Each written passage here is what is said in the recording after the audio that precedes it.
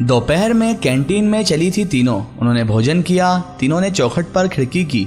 फूल गिर रहे थे घूम घूम के फूल गिर रहे थे।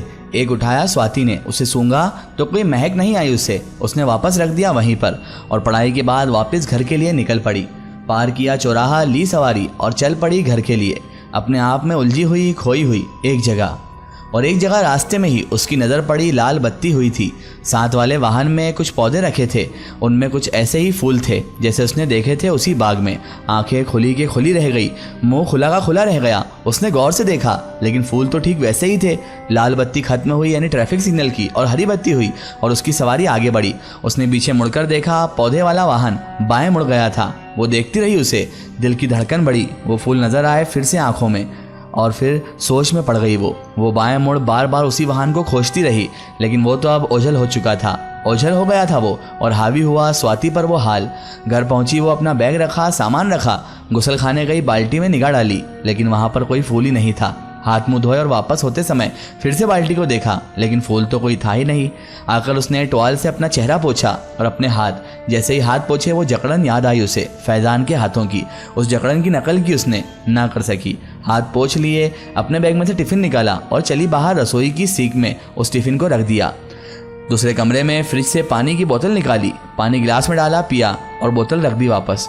मुंह में आखिरी घूंट ले चली अपने कमरे में। अब अपने वस्त्र बदले, दर्पण देखा, अपने बाल संवारे और जा लेटी बिस्तर में। छत को देखा, अपना एक घुटना हिलाती रही, एक हाथ से अपने बालों की एक लट को अलबेटे देती रही। उस छत में छेद ही हो जाना था, ऐसी नज़र से देख रही थी स्वाति उस छत को। तभी उसकी मम्मी की आवाज़ आई, उसको बुलाया था उन्होंने। वो उठी, पहनी चप्पल और मम्मी के पास चली गई। हाँ मम्मी, क्या बोल रही थी आप? इधर बैठ, माँ बोली और बोलने लगी कि बेटा वो नीरज जो है ना, उसका रिश्ता पक्का हो गया है।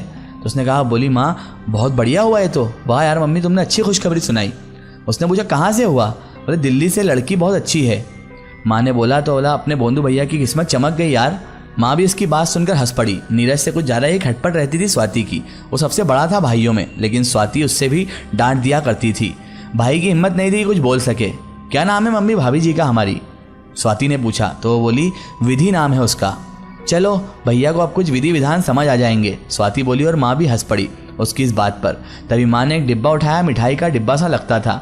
ये ले बेटा, माँ ने बोला। तो स्वाति ने ले लिया डब्बा और खोला। उसको जब खोला तो उसे जैसे झटका सा लगा। उसमें पिस्ते, मेवे और सूखी हुई खुरमानी मौजूद थी। वो देखती की देखती ही रह गई, उठा ना सकी, कहीं और जा पहुंची थी स्वाति। ले बेटा, क्या देख रही है इसे, माँ ने कहा। तो उसने तुरंत ख्वाबों के चंगुल में से बाहर आई। माँ ने खुरमानी, पिस्ते और मेवे दे दिए थे हाथ में उसके। वो उठी और चली अपने कमरे की तरफ। आई, कमरे में रखे वो मेवे, पिस्ते और खुरमानी। एक किताब पर उसकी नज़र पड़ी। उसने कुर्सी खींची, बैठी उस पर, जैसे बदन भारी हो चला था उसका। उठाया एक पिस्ता, उसको खोल छीलना था, फिर एक परत भी छीलनी थी। उसने कोशिश की छीलने की, बहुत कड़ा था वो, उंगलियों पर निशान पड़ गए। छील तो लिया, फिर नाखून से वो परत भी छील ली। एक पिस्ते ने ही मेहनत करवा दी थी इतनी। खुरमानी ली, उसको देखा, बहुत छोटी लगी उसको। वो खाती रही और खोई रही। खा लिए सभी मेवे और उसने खिरमानी भी। पड़ी, मेहनत करनी पड़ी उसे। उठी और पानी पीने चली गई। पानी पिया और वापस हुई। अब जा लेटी, अब लेटी तो आंखें बंद हुई। आंखें बंद हुई तो आया एक और सपना। सपने में रात थी, वो सर्द रात। हवा चल रही थी। ठूंठ से पेड़, छोटे से पेड़ थे उधर, ये सहारा था। आकाश में तारे थे, ऐसे करीब दिखे कि हाथ बढ़ा और पकड़ लो चांद को। चांद भी ऐसे करीब कि उछल कर छू लो तारों को। तारों का प्रकाश, चांद का प्रकाश जब रेत के कणों से टकराता था तो रेत ऐसे चमकती थी कि जैसे जमीन पर ही हीरे पड़े हों, छोटे छोटे हीरे। उसने अपने दोनों हाथ बांधे हुए थे, सर्दी के मारे रुएं खड़े हो चुके थे। आसपास देखा तो पीछे अलाव जल रहा था, एक बड़ा सा अलाव। वो चल पड़ी उधर ही। रेत बहुत ही ठंडी थी, सर्दी के मारे बहुत ज़्यादा हालत ख़राब थी। जैसे ही रेत उसे छू जाती तो बर्फ़ का एहसास देती थी। वो चलती रही और अलाव करीब आता रहा। वहाँ तंबू लगे थे, लेकिन ये तो नखलिस्तान ना था। उसे फुरफुरी चढ़ी, नाक कान सब ठंडे हो गए। तभी उसे अलाव पर से एक महिला आती दिखाई दी। उसके हाथ में कंबल था। वो महिला मिली और उसने उड़ा दिया वो कंबल उसे। कमर पर हाथ रख ले चली अपने संग।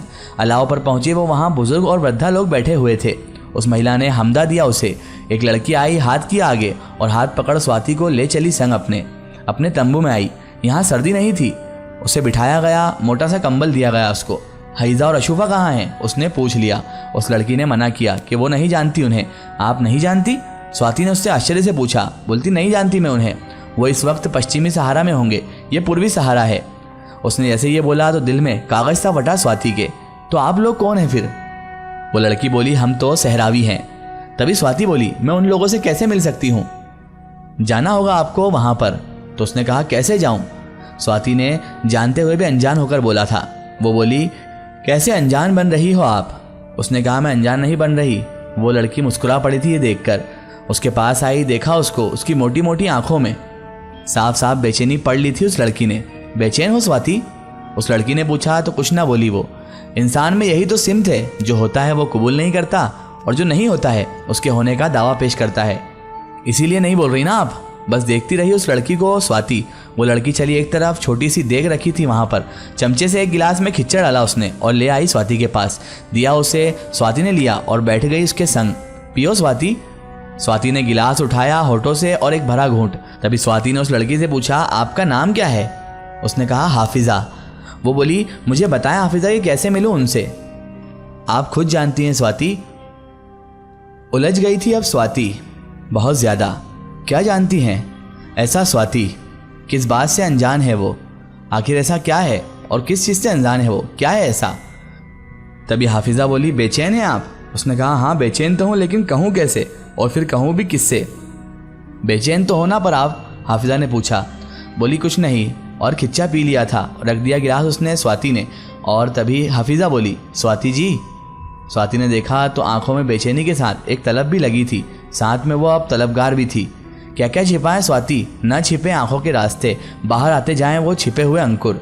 अपनी एक उंगली सीधे कंधे के नीचे छुआई हाफिजा ने स्वाति के और कहने लगी, स्वाति बेचैन हो ना आप? स्वाति अब कुछ ना बोली और उसने सीधे कंबल जो है उसको अलबेटे लगाकर लपेटे गई। बस कंबल उमेटे जाए अपनी उंगली और अंगूठे से। मुस्कुराई हाफिजा। रात गहरा गई थी, सो जाओ स्वाति। तभी हाफिजा बोली। बाहर अलाव की लपटें उठ रही थी और इधर दिल में स्वाति के अगन सुलगने में थी। और अब देर न थी कि उसे बहुत ज़्यादा आग लगने वाली थी दिल में। धुआं उठने लगा था, बस एक फूंक की ज़रूरत थी। उधर आंखें बंद हुई स्वाति की और इधर खुल गई। उसके रुएं खड़े हो गए थे, हाँफने लगी थी वो। अकारण ही ये सब दिमाग का खेल था। उसका दिल और दिमाग दोनों ही एक संग नहीं चल रहे थे।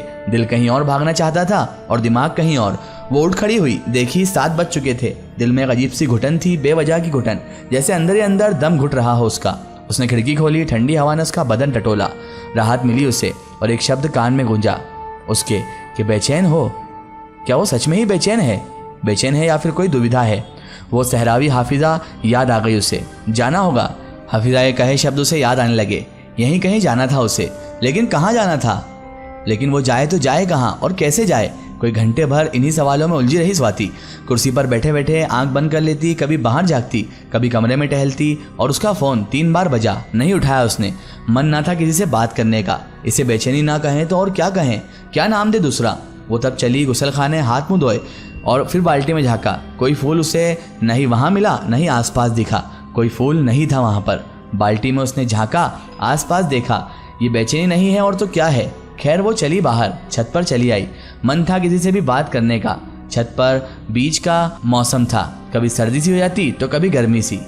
उस शाम मौसम ठंडा था। वहाँ एक फोल्डिंग पलंग पड़ा था, उस पर ही बैठ गई स्वाति। पश्चिमी क्षितिज पर सूर्यदेव जा चुके थे, अब उनकी लालिमा ही शेष थी।